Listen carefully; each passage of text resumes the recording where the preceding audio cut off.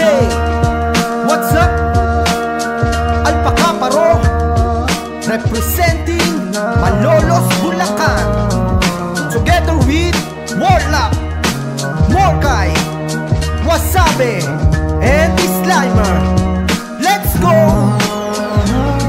Long time in the making but we made it.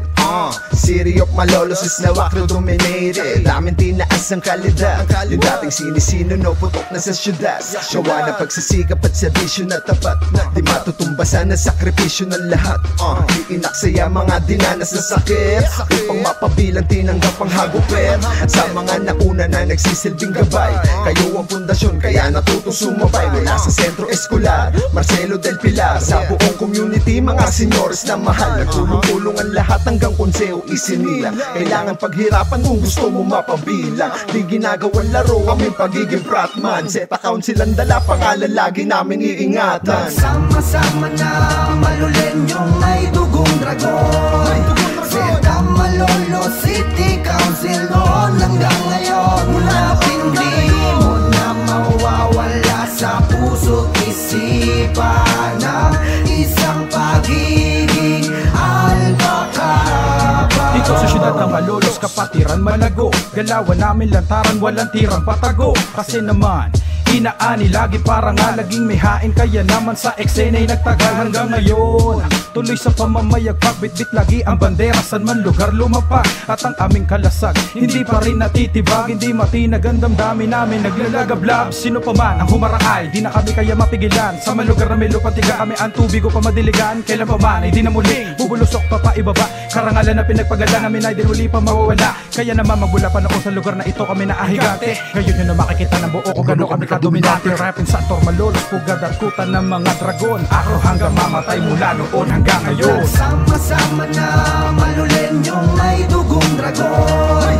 Seta Malolos City Council noon hanggang ngayon. Mula hindi mo na mawawala sa puso't isipan ng isang pagiging alpaca.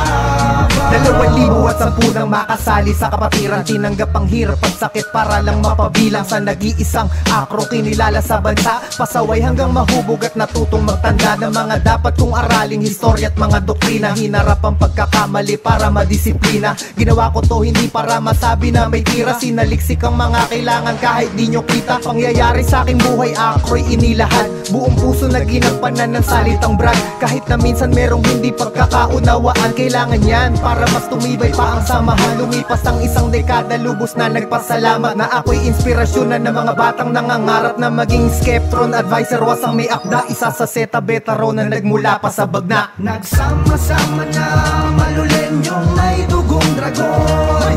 Zeta Malolos City Council noon hanggang ngayon. Mula hindi mo na mawawala sa puso't isipan ng isang pagiging alpaca.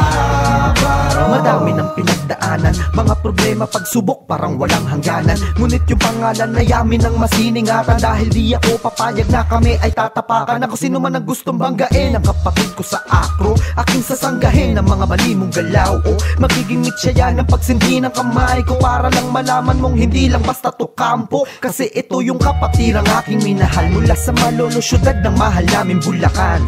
Dito din lumusbong ang aking kakayahan. Makipagkapwa-tao dito sa aming nasasakupan. ZMCC, tatak na di namin malilimutan. Hanggang sa mga susunod na henerasyon, kapatiran Alpaca Paro dito sa aming puso at isipan. Mamamayagpag hanggang sa aming kamatayan. Nagsama-sama na malulenyong may dugong dragon. Zeta Malolos City Council noon hanggang ngayon. Mula hindi mo na mawawala sa puso't isipan ng isang pagiging alpaca.